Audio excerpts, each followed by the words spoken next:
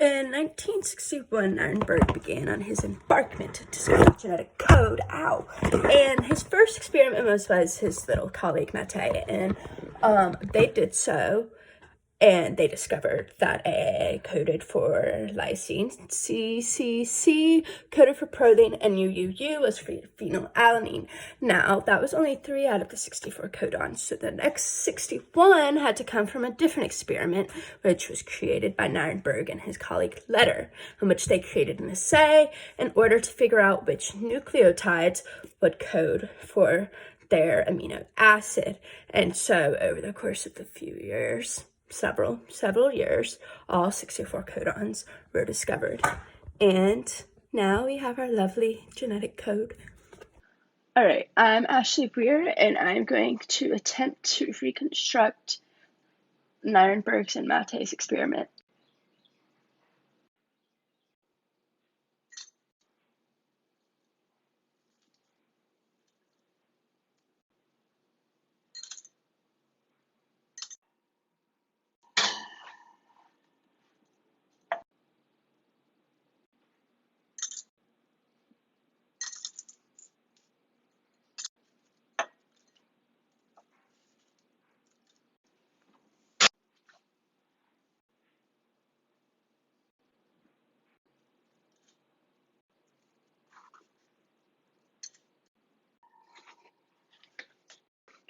Okay, so now I'm going to do Nirenberg's and Leder's experiment. And at this point, they knew that for a codon to work the most reactively, it had to be 3 nucleotides. So they went from there.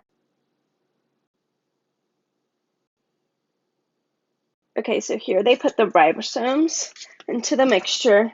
They put the radioactively labeled valine amino acid tRNA in there, the other 19 tRNAs with amino acids that are not labeled, and then the trinucleotide.